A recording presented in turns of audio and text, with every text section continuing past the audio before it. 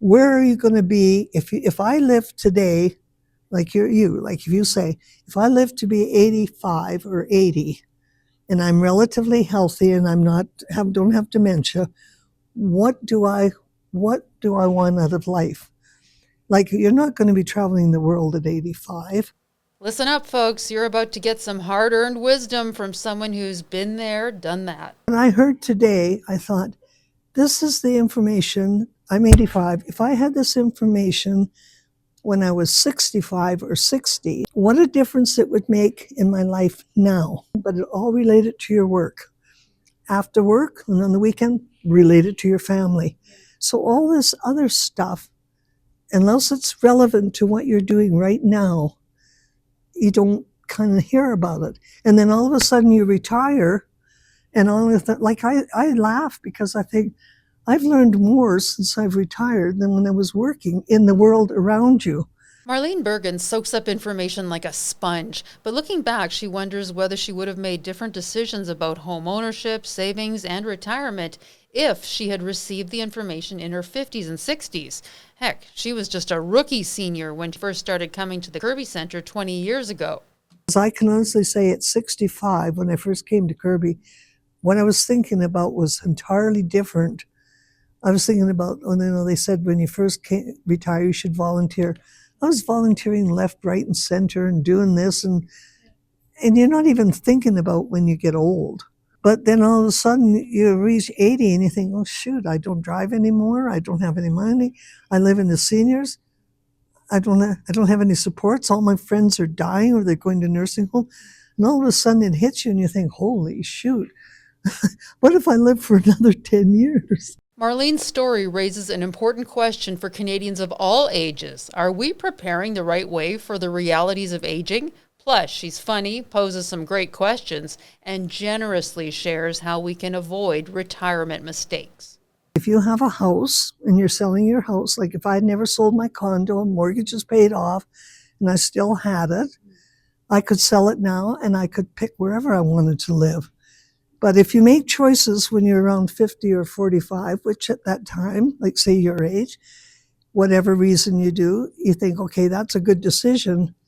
But if you had some of this information, this kind of information, you might make a different choice. That's why I'm not saying that people out there aren't being inundated or whatever the word is with information, but is it good information? And it's going to get worse with AI. So you get all this information, but is it correct or not ever? Whereas when you come to Kerby, these people are, what you see is what you get. Like if you talk to me about Kerby, I believe you because you're working here, you're a person. If you tell me A is A and B is B, I believe you. Sitting there today, I was thinking, if this information, if I had known this when I came to Kerby even 10 years ago, like I started coming here when I was 65. That's 20 years ago. That's a lot of information. And since then, like my condo would have been paid off in 96. Instead of me renting, I was going to buy another condo, like an apartment condo downtown, but I got scared because I thought, the money, if I invest my money, the market was kind of unstable. So I didn't. I continued to rent. And then I moved into where I am now. I've been there for 20 years. And when I first moved in, it was a seniors' apartments. They had a social club. I was able to come down to Kerby. I still drove, and everything was good. Then all of a sudden, you become 75 or 80, and you think, oh my God, my needs are changing now. See, I'm quite healthy, but I haven't got a car anymore. I don't come down on the bus unless there's something really coming. So all of a sudden, your needs suddenly change, and then you think, shoot, I wished I had more money. I wished I'd done this. I wished I'd done that 10 years ago. You know what I'm saying? Like it's around 70 that I think people's lives, not everybody's different. But all my friends, so many of them are widowers or divorced.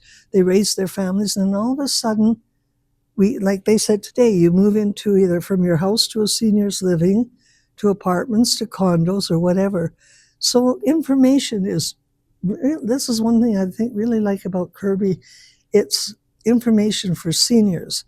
But I don't think everybody comes down there. I wish I could get more people to come to Kerby to these lectures and stuff, because Kerby really does have a lot of information. Let's maybe put it this way. When I was working at the government, I was an office manager. Everything I did revolved around my job. I looked after, 50 social workers? I was an office manager. It was like a glorified maid, but it all related to your work. After work and on the weekend, related to your family. So all this other stuff, unless it's relevant to what you're doing right now, you don't kind of hear about it. And then all of a sudden you retire, and all of that. Like I laugh because I think I've learned more since I've retired than when I was working in the world around you.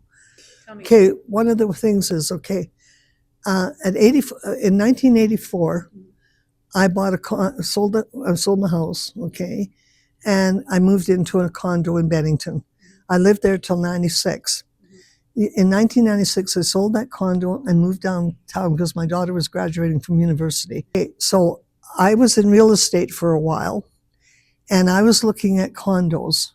And I was scared to take this money that I got from selling my condo. I paid off my mortgage, and I had a little bit of money in the bank. And I looked at all these, they were starting to convert rentals into condos downtown. I was thinking I should buy a couple of them and rent them out, but I was scared.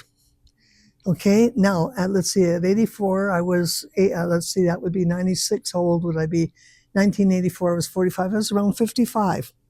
In the fifth, like around 55, 60. So at this time, I was thinking of doing this, but I didn't. You're too cautious. Yeah, I had RRSPs, which again, I'm not sure if I would do again, but they really pushed them at work. Yeah. Now, they weren't a lot. I didn't have a lot. But now I got the RCP. I take out the minimum because you got to pay it back. You got to pay income tax. Goes on to your line 150. So all of a sudden, my income is not my 3 pensions, but add on the interest for my RSPs, even where I live. Bethany used to deduct your RSPs that you took out. Now they don't anymore. My rent is going up another $30. Because you're making too much money. They just keep adding it up. They still take 30% of your income, but I'm paying about $400 more than when I first moved in, just because of the interest and stuff. So this is what I'm saying. This all happened when I was around 55 or 60, 65. Now I'm 85. So I've had 20 years of, I'm a very economical person. I budget and everything like that. So around that 55, 60 pre-retirement age is really important, or just when you retire.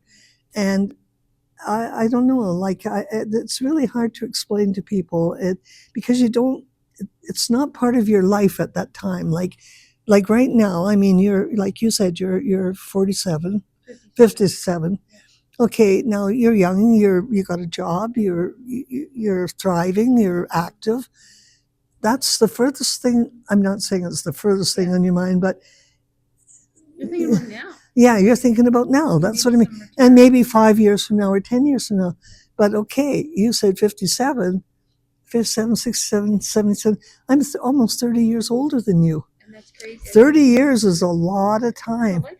That's what I'm saying. See, and that's what I meant about if I had known more around 60 or 65 or early in there, if I know what I know today, what I've learned at Kerby, seriously, I would be doing things, my life would, I'm not saying better, but more, I guess it depends on how much money you've got. Like if I had stayed in a house and I had my house, sure, I'd have $600,000. But I'm talking about the average working person who's worked in a place where they get a retirement. I worked for the government. I had a good job. I got my pension. I can't complain. But if they took away my pension and my OAS, I'd be knocking on your door over there asking for help, because the little bit I got in the bank would last maybe a couple of years and I'd be on the street. Let me put this in a word. If your lifestyle is really busy with your family, like right now I'm looking at my son-in-law, they're so busy, but the girls, like one's in she's an honor student, she's in grade 10, the other's in band and music, and I mean, they're go, go, go. I would say stop and take a breath. Pre-retirement, like as your kids, especially people with kids in high school or just where your life starts to change, where you've got a house, you've got investments or whatever, really look at what you've got, like your RSPs, your GICs, your house or whatever. And like they said today, talk to a financial advisor. Like, like not just look it up or go by what your neighbors, like, how the neighbors all talk, blah, blah. Really stop and think and really look at, project yourself. Like that one lady said today, where are you going to be if I live today, like like if you say, if I live to be 85 or 80 and I'm relatively healthy and don't have dementia, what do I want out of life? Like, you're not going to be traveling the world at 85. You know what I mean? Not likely, unless you go with a friend. So if you stop and think, what do I want out of it? And how am I going to get there? And between 60 and 80, which is 20 years, during that time, what do I expect? Because not everybody is outgoing like me. I came to Kerby and I volunteered and I did everything, and I'm lucky. I've been active, but not everybody has that mobility. They might have some illnesses. They may have financial, when I say financial, they may have debt. I've always been economical, so I've always managed and everything I was able to with my training. So they've really got to stop and really assess, sounds stupid, but really assess your lifestyle now at 55, 60, and 65. And what is your lifestyle going to be like when you're 80 and 85? I'm telling you, it's like day and night. It is like, honestly, day and night. It really is. What's the day and night? Well, like, it could be your health, it could be your financial, it could be your family could all move away. It could be like everything. Like when I moved into my seniors building 20 years ago, they had a social club. I was even on the COVID hit, everything died. But I can't come down to Kerby every day because I don't drive anymore. Because, well, I could, but my car got old like me and it's not worth buying a new one. So your lifestyle changes.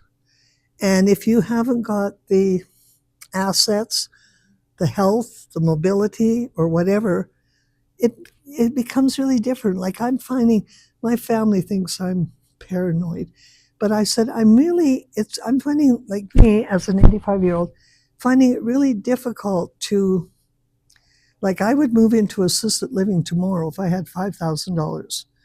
Not for the food. I would get one that has my own apartment, but have the social, for the social aspect of it.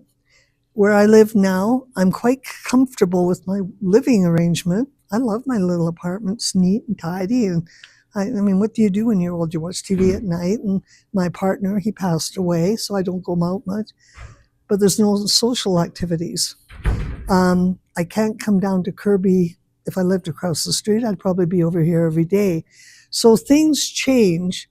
I'm just going from my standpoint. Nobody knows what their life circumstances or their health or their mobility is going to be as you age. And we're all living longer. There are people who have saved too much in their RSPs because it's drummed into people. Get that tax deduction while you're in your prime income earning years. Maximize that. Put the money in. It's never mind, it's like put the money in during your peak years. You want to be in a lower tax bracket when you're taking the money out. That's where that key advantage is. But we always hear it, February, the RSP deadline. It's like, get your contributions in. And it's a great savings vehicle. But you've got to weigh up the pros and cons because it's going to be part of your retirement paycheck. And it's a taxable part of that retirement paycheck. So what's the solution? Well, this is where I do highly recommend working with a financial planner. And people say, well, when should I speak to a planner? Well, 10 to 15 years before you're retiring is great. But if you have not had that conversation, then start now. Okay, better have the conversation now rather than never, because a financial planner looks at things differently. A financial advisor may look at the investment portfolio and may have it too conservative, may have it too high risk. That's a separate component. But not all financial advisors are financial planners. People may also go to their accountant who's just looking at the tax side of the picture. The financial planner is going to be the one who puts the pieces together and say, what's that long-term impact? And I know people who say, oh, well, I don't see why I should need to pay for the services of a financial planner. There's so many tools online. There's calculators available online. So you can punch into a calculator what your retirement savings balance is and get an indication from it as to how long maybe those funds will last. But it doesn't tell you anything about the tax implications.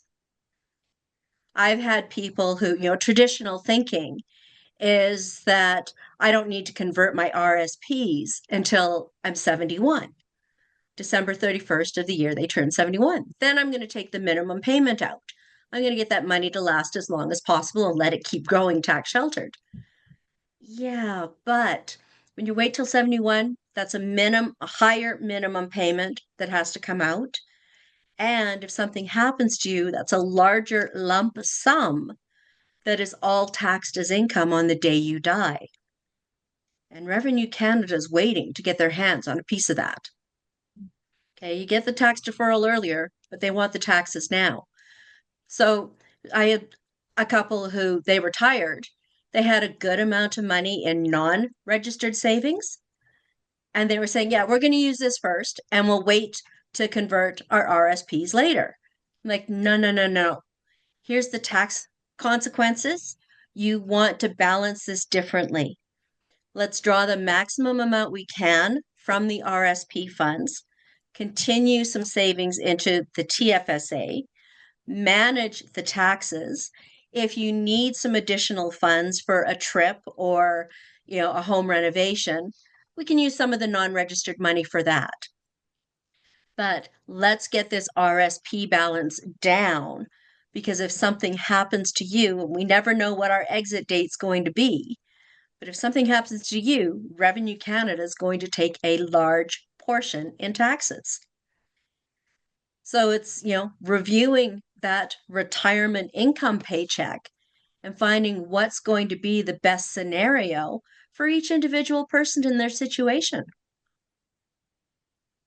Sounds to me though that waiting until 71 is not the wisest move. For most people, it is not. Okay, for the majority. The only time I would say wait is if someone is still working into their late 60s. Then, if they've got employment income, you quite potentially do not want to be adding the income from the RSP or RIF. Right? But those are really the only situations where I'd say wait. And then, so how do the tax-free saving accounts fall into place there to help us out? I have had a lot of clients where I've said, you know what, let's take more than what you're actually needing from the RSP right now. We'll manage the taxes. You're going to pay a little bit of tax now, but the extra money that you don't need to live on, we're putting into the TFSA.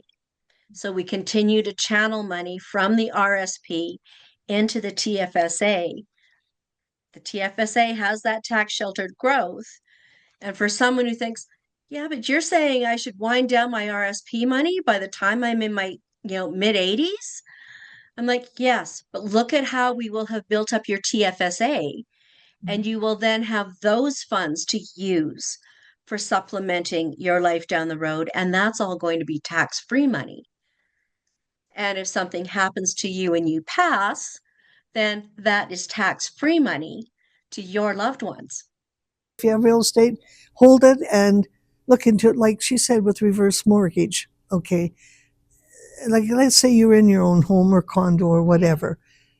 Okay, if your mortgage is paid off or just about paid off or whatever, take out the roof, fix it up, put in a ramp, you know, have home care come in. Like they used a couple of examples. Use your equity to make your life better, if that's what you want, if you want to stay there. If you want to move to a senior's place that's $4,000 a month, like I honestly, like if I kept my condo, I could sell it today for what, maybe 300,000. I'd be laughing. I could live wherever I wanted to, right? But because I don't have that equity, I have to rely on my pensions. And I'm quite comfortable, but it's not where I'm living meets half my needs, but not all my needs. See, because I'm still able to shop, I'm still able to cook, and I like where I live, and I read a lot, and I watch TV, and I come down here. So, but there's gaps. I just honestly feel that, I guess to sum it up, I'd say people as they get older, even educated people, because half the people I talk to are all, they're not dummies. Like, I mean, I've got, you know, I've got a business degree, so it's not that I'm not slow. I still do my income tax, and my kids say, "Mom, okay," but I'm not techie. Then my kids say, "Mom, you should be you should do your own income tax." I say, "I do. I do it on paper." And they said, "Yeah, but they want you to go online." I said, "I don't care what they want.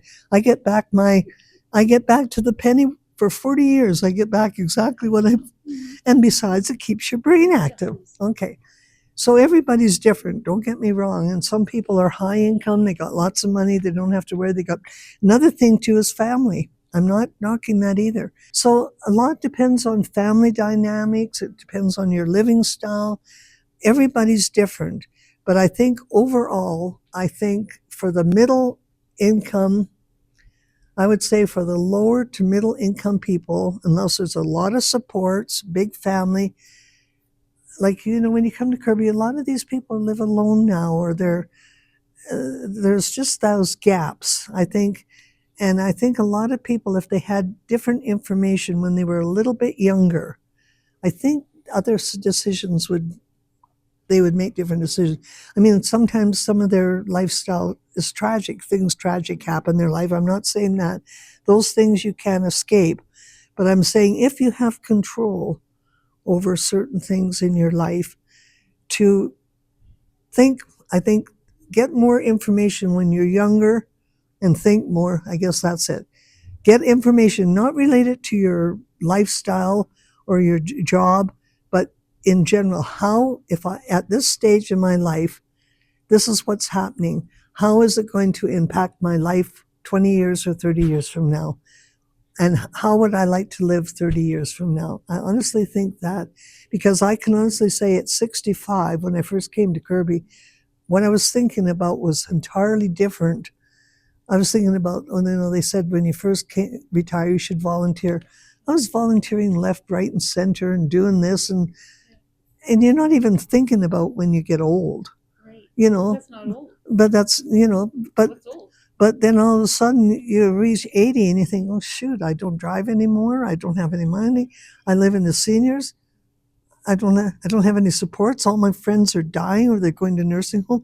And all of a sudden it hits you and you think, holy shoot, what if I live for another 10 years?